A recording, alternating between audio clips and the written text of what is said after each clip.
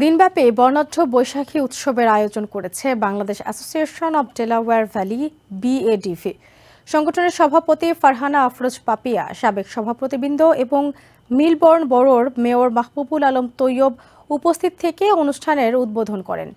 বৈশাখী উৎসবে 3টি গ্রুপে মোট 38 জন শিশু কিশোর চিত্রাঙ্কন প্রতিযোগিতায় অংশ নেয়। পাশাপাশি ছিল পিঠা বানানোর প্রতিযোগিতা। এছাড়া উৎসবে বাংলাদেশি পোশাক, গহনা সহ খাবারের স্টল রাখা হয়। সাংস্কৃতিক অনুষ্ঠানে নতুন প্রজন্ম এবং জনপ্রিয় শিল্পীদের পরিবেশনা দর্শকদের মুগ্ধ করে।